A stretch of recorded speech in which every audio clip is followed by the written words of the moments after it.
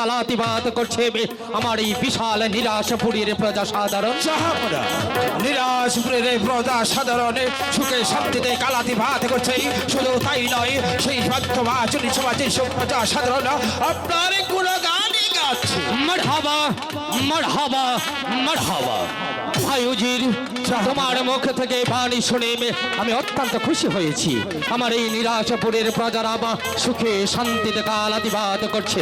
আমার আব্বা হুজুর মৃত্যুর পূর্ব মুহূর্তে নিরাশপুরের শাহী মাসনাদ আমাকে প্রতিষ্ঠিত করে বলে গিয়েছে, একবার তোমার কাছে রেখে গেলাম নিরাশপুরের প্রজাদেরকে, নিজের সন্তানের মতো ভালোবাসবে প্রজাদেরকে। প্রজাদের সুখেই হবে সুখী, প্রজাদের দুঃখেই হবে দুঃখী। তাই তো প্রজাদেরকে আমি আমার প্রাণের চেয়ে ভালোবাসি। নিরাশপুরের প্রজারা সুখে থাকলে বাদশাহী একাপর সুখে থাকে। তাই তো তোমার কাছে এবার আমার আদেশ নয়, অনুরোধ, তুমি পুনরায় যাবে নিরাশপুরের প্রজাদের ঘরে ঘরে। যেখানে এই খাদ্যের প্রয়োজন সেখানে খাদ্য বিলিয়ে দেবে, যেখানে বস্ত্রের প্রয়োজন সেখানে বস্ত্র বিলিয়ে দেবে, যেখানে ঔষধের প্রয়োজন সেখানে ঔষধ বিলিয়ে দেবে। সব শেষে একটি কথা ইয়াদ রাখবে, নিরাশপুরের একটি প্রজাও জানাবো দুঃখে কষ্টে অনাহারে কালাতিবাদ না করে। যদি দুঃখে কষ্টে অনাহারে কালাতিবাদ করে তাহলে আমি আমার আব্বা হুজুরের কাছে জবাব দিতে পারবো না। আপনি আমার আদেশ করেছিলেন, কিন্তু আদেশের আগে যে আমি গিয়েছিলাম নিরাশপুরে প্রতি সাধারণ প্রজা ঘরে ঘরে করে। সেখানে বস্ত্রের প্রয়োজন সেখানে বস্ত্র করে দিয়েছি, সেখানে ঔষধের প্রয়োজন সেখানে ঔষধ বিতরণ করেছি। শুধু তাই নয়, সেখানে খাদ্যের প্রয়োজন সেখানে ভাই উজির, আজ দীর্ঘদিন যাবৎ আমি নিরাশপুরের প্রজা পালন করে যাচ্ছি। তুমি আমার পাশে থেকে হাতে হাত মিলিয়ে কাঁধে কাঁধে মিলিয়ে বিশাল রাজ্য পরিচালনা করছো। তুমি আমার ভাই বন্ধু আত্মীয়, তাই তো তোমার কাছে আমি চিরঋণী। কিন্তু এই বিশাল রাজ্য পরিচালনা করতে করতে আমি বড্ড হাঁপিয়ে উঠেছি। তাই তো মনে মনে মনস্থির করেছি আগামীকাল আমি মৃগই শিকার করতে যাব। আপনি মেঘ শিকারে যাত্রা করবেন, কিন্তু আপনার এই নিরাশপুরের রাজ্য পরিচালনা কে করবে? কেন ভাই? তুমি আমি যতদিন শিকার থেকে ফিরে না আসবো ততদিন এই নিরাশপুরের প্রজা পালন করবে আমার প্রধান উজিরে আলা। আমি কি পারবো আপনার দায়িত্ব পালন করতে? আমি কি পারবো প্রজাদের সুখে সুখে হয়ে? আমি কি পারবো প্রজাদের সুখে সুখে রাজ্য পরিচালনা করতে? পারবি ভাই, পারবি, তুমি পারবে আমার বর্তমানে এই বিশাল রাজ্য পরিচালনা করতে। তাই তো আর বিলম্ব না করে তুমি নিজ হাতে আমাকে শিকারের সাজে সজ্জিত করে দাও। যাবো না, আজ অনেক দিন পর আপনি মেঘ শিকারে যাত্রা করছেন। আমি কেন হেসেছি জানেন? কেন? যাবো না, আপনি তো একদিন আমাকে এমনিভাবে বলে গিয়েছিলেন, অনেক বেশি রাজা হুজুর সাহেব তুমি আমি চলে যাচ্ছি মেঘ শিকারে, কিন্তু তুমি রাজ্য পরিচালনা করবে। সেখান থেকে একটা দুঃখের ইতিহাসে ফিরে এসেছিল। কিন্তু যাবো না, আপনি যদি মেঘ শিকারে যাত্রা করবেন, আমি কি পারবো আপনার সঙ্গে হতে পারি না? তুমি যদি আমার সফরের সঙ্গে হও তাহলে প্রজা পালন করবে কি? তাই বলছি তুমি আমায় নিজ হাতে শিকারের সাজে সজ্জিত করে দাও। আগামীকাল আমি মৃগই শিকার করতে যাব। ঠিক আছে, কিন্তু ভাই উজির, শিকারে যাওয়ার পূর্ব মুহূর্তে তোমার কাছে আমার শেষ অনুরোধ, তোমার কাছে এই বিশাল রাজ্যের পরিচালনার দায়িত্ব অর্পণ করে আমি যাচ্ছি শিকারে। তুমি বা আমার কর্মচারীদের অত্যাচারে যেন আমার এই নিরাশপুরের প্রজাদের চোখ থেকে এক ফোঁটা অস্ত্র না ঝরে। ভাই মনে রাখবে, নিরাশপুরের প্রজাদের চোখ থেকে এক ফোঁটা অস্ত্র জ্বললে বাদশাহী একাপরের বুক থেকে ফোঁটা ফোঁটা রক্ত ঝরবে। মেহেরবানি খোদা, আলিয়াকে যে গুরু দায়িত্ব আমার কাছে তুলে দিয়ে গেলেন, ওগো মেহেরবানি খোদা, আমি তোমার কাছে দু হাত তুলে প্রার্থনা করছি, আমি যেন পারি বাচ্চা আলিয়াকে কথা অক্ষর অক্ষরে করতে, আমি যেন পারি প্রজাদের সুখেই সুখী হতে, আমি যেন প্রজাদের দুঃখেই দুঃখী হতে। দুনিয়ার আকমে আমাকে একটা শিকার মিলিয়ে দে, আমি এই বন থেকে অন্য বন তন্ন তন্ন করে খুঁজছি, একটা শিকার মিলিয়ে দে। আমার বুক লেগেছে, বাচ্চা আছে চিরচন্দা কঠিনে তারা অপেক্ষা করছে আমি কখন আমি শিকার পেলিয়ে নিয়ে বাড়িতে যাবো। হ্যাঁ তিন দুনিয়ার মালিক তুই আমাকে আমাকে একটা শিকার মিলিয়ে দে না। আমি এই বন থেকে অন্য বনে যাব, তারপর শিকার আমাকে মিলিয়ে যেতেই হবে। শিকার শিকার করবো শিকার। ওই তো পাহাড়ের গা ঘেঁষে এক হরিণ পালিয়ে যাচ্ছে, আমি ওই হরিণটিকে শিকার করবো।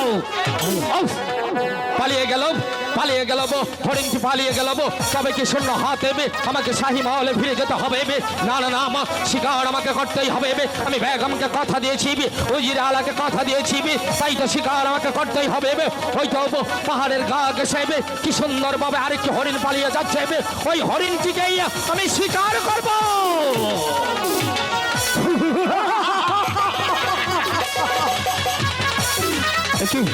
আমার ডাকাত ডাকাত?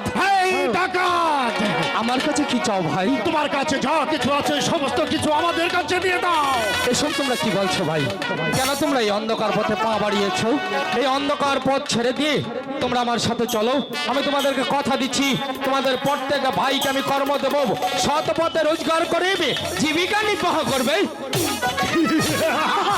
জীবিকা বাজে কথা রেখেই তোমাদের কাছে যা কিছু আছে দিয়ে দাও। যদি না দেই তাহলে তো বুঝতেই পারছো, এই তোরাল দেখছো, আমরা তোমাকে হত্যা করবো। তোমাদের এত বড় হিম্মত, আমার কাছ থেকে জোর করে তোমরা হিরে মুক্তা জহরত কেড়ে নিতে চাও? আমি দেখবো খোদা তাআলা তোমাদের বুকের পাঠা কি দিয়ে তৈরি করেছে। সাহস থাকে তবু শক্তির পরীক্ষা দাও, তবেই বোঝা যাবে কার বাহুতে কত শক্তি আছে।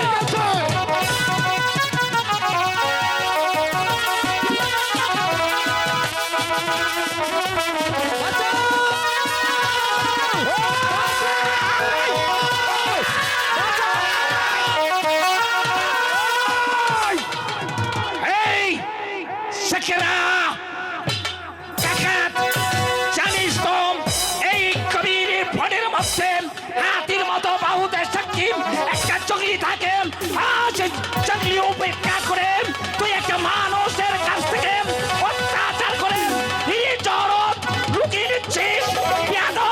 এই মুহূর্তে এখান থেকে চলে যা, না হলে তোর জীবন আমি খতম করে দেব। আমি তোমাকে ভালো বলে বলছি, তুমি এখান থেকে চলে যাও, না হলে আমিও দেখিয়ে দেব আমার বাহু শক্তি কম।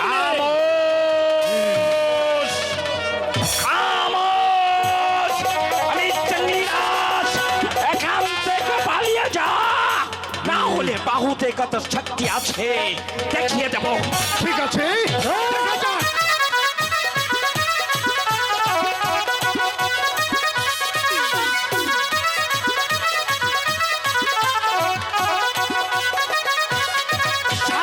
হারাম কো পালিয়ে গিয়েছে। বল তুই কে? এই বনের অন্ধকার বনে কেন এসেছিস? কে বা তোর পরিচয়? আমাকে চিনতে পারছো না বনরাজ? আমি এই গহীন বনমাঝে এসেছিলাম শিকার করতে, আর আমি হয়েছি নিরাশপুরের বাদশাহ আলী একাব্বর। কি তুই নিরাশপুরে একাব্বর বাচ্চা আসিস? তাহলে আমার মনে পাচ্ছিস তুই আগে আমাকে একটা প্রণাম। ওঠো বনরাজ, ওঠো। তোমার স্থান বাদশাহ আলী একাব্বরের পদতলে নয়, তোমার স্থান হচ্ছে বাদশাহ আলী একাব্বরের এই কালিজায়। বলছিস রাজা? তুই তো বাদশা, তোর গায়ের শরীর জামা জড়িয়ে আছে, আর আমি হয়েছি জঙ্গলি। আমার গায়ে লতা পাতা পোশাক আছে, আমি কি করে তোকে জড়িয়ে ধরি? শোনো বনরাজ, হয়তো মেহেরবান খোদা তাআলা আমাকে এই রাজ্যের বাদশা করেছে আর তোমাকে বনরাজ করে জন্ম দিয়েছে, কিন্তু আমাদের সবচেয়ে বড় পরিচয় হচ্ছে আমরা খোদার শ্রেষ্ঠ জীব মানুষ। তুমিও মানুষ, আমিও মানুষ, তাই আজ বাদশা আলী একাব্বর ভাই বলে তার বুকে স্থান দেবে এক বনরাজকে। এসো ভাই, বাদশা এসো।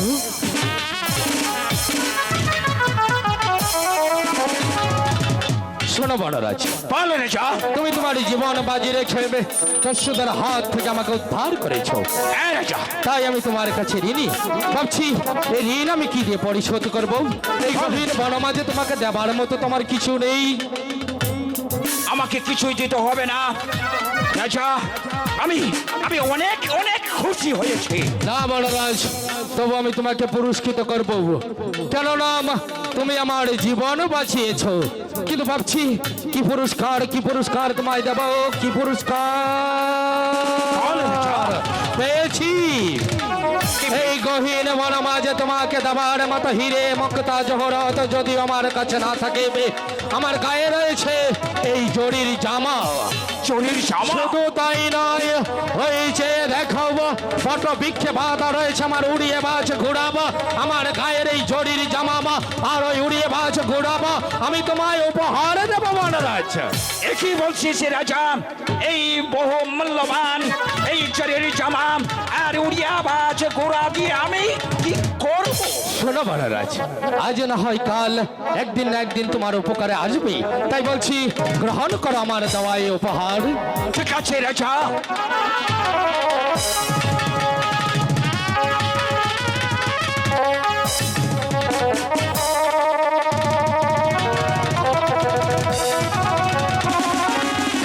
বল রাজা, আমি বহুত খুশি হয়েছি।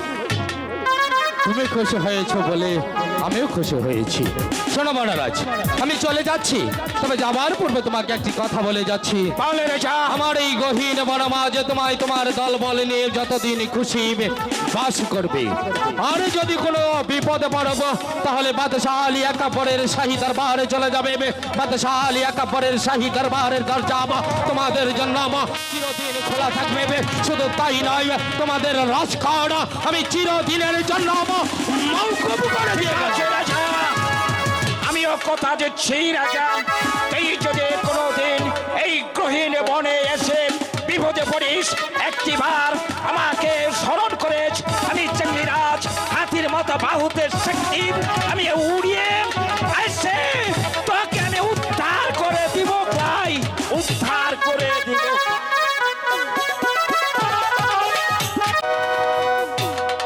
উজিরে আজম, যাবো না। গহীন বনমাঝ শিকারে গিয়ে আমি বড্ড বিপদে পড়েছিলাম। কি যাবো না? হ্যাঁ ভাই উজির, একদল দস্যু এসে আমাকে আক্রমণ করিবে।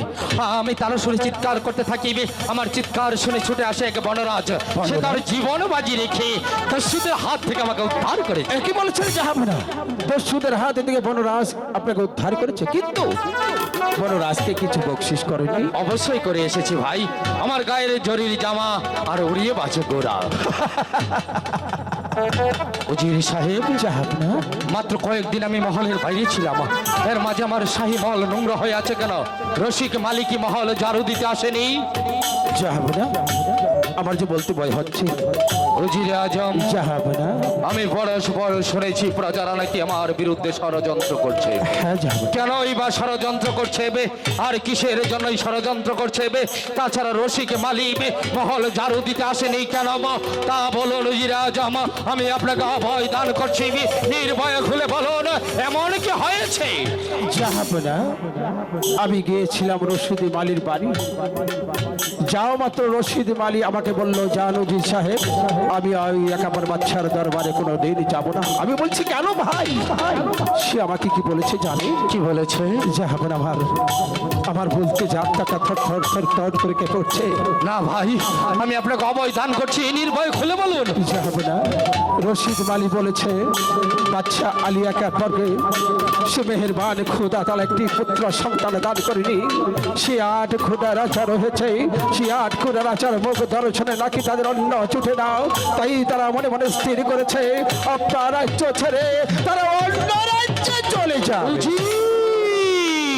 যাবো না, শুধু রশিদ মালি কেন, রশিদ মালির সাথে আমি নিজেও কণ্ঠ সুর বলে বলতে চাই, মেহেরবান খোদা তারা আপনার ঘরে একটি পুত্র সন্তান দেয়নি। তাই তো আপনি 8 খোদা রয়েছেন, আপনার মুখ দর্শনে হাজার হাজার লক্ষ লক্ষ প্রজাদের মধ্যে অন্ন ছুটে দাও, আর আমার মুখ দর্শনে তাই অন্ন ছুটে দাও। তাই আমি তাদের কণ্ঠ শুনে বলেছি আমি আপনার রাজ্য ছেড়ে অন্য রাজ্যে চলে যাব। উজিরে আলম জাহাপনা ভুলে গেছেন কথা বলছেন কোথায় দাঁড়িয়ে হ্যাঁ, জাহাপনা। আমারই অন্য প্রতিপালিত হইবে আমারই শাহী দরবারে দাঁড়িয়েবে এত বড় কথা বলার হিম্মত আপনি কোথায় পেলেন বেরিয়ে যান আপনার ওই মুখ দেখতে আমার ঘৃণা হচ্ছে বেরিয়ে যান হ্যাঁ জাহাপনা আমি বেরিয়ে যাচ্ছি জাহাপনা কিন্তু যাবার পূর্বে একটি কথা বলে চাই জাহাপনা আমাকে আজ এমনি ভাবে থুর থুর করে দাঁড়িয়ে দিচ্ছেন কিন্তু আপনাকে আমি মেহেরবান খুদা তার কাছ থেকে অভিশাপ নেব না কিন্তু মেহেরবান খুদা তার কাছে আমি প্রার্থনা করছি মেহেরবান খুদা যেন আপনার ঘরে একটি পুত্র সন্তানই দেয়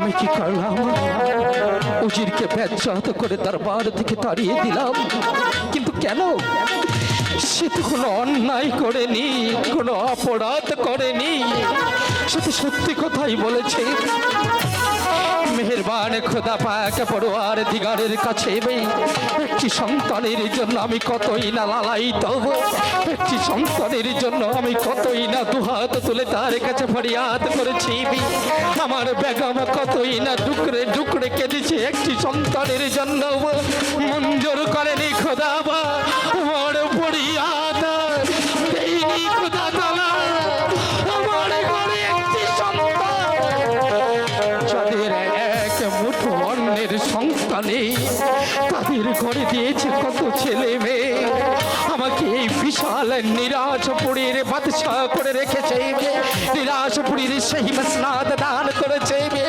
অথচ দেইনি খোদা আমাকে একটি সন্তান হাত খুঁড়ে করে রেখেছে মেহেরবান খোদা তাআলা আমাকে আমার জন্য শুধুমাত্র আমার জন্য আমার এই নিরাশপুরীর প্রজারা অনাহারে থাকবে পদ্মহারে থাকবে আমি কিছুতেই হতে দেব না কেননা নিরাশপুরের প্রজাদেরকে প্রাণীর চেয়ে বেশি ভালোবাসি ওদের দুঃখ আমি সইতে পারবো না কিছুতেই না তো প্রজাদের মঙ্গলের জন্য এই রাজ্য ছেড়ে অনেকে দূরে গিয়ে আমি আমার প্রাণ বিসর্জন দেব বৃথা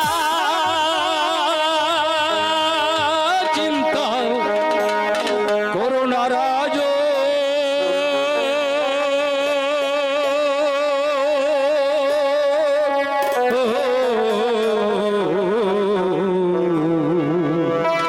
বৃথা চিন্তা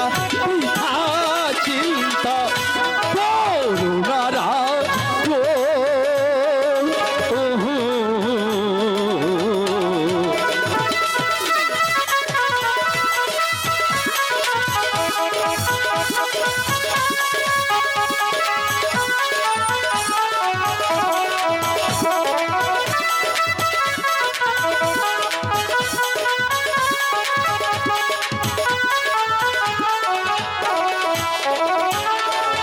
রেখো ভক্তি কোথায় ভগবানে অশান্তি রেখো ভক্তি ভগবানে অশান্তির সার করো হে গুরু করো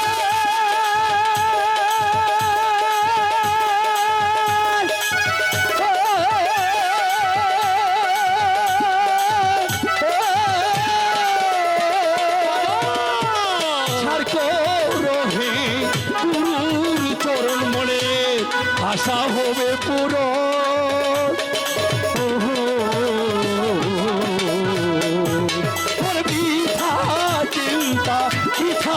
চিন্তা করুণারা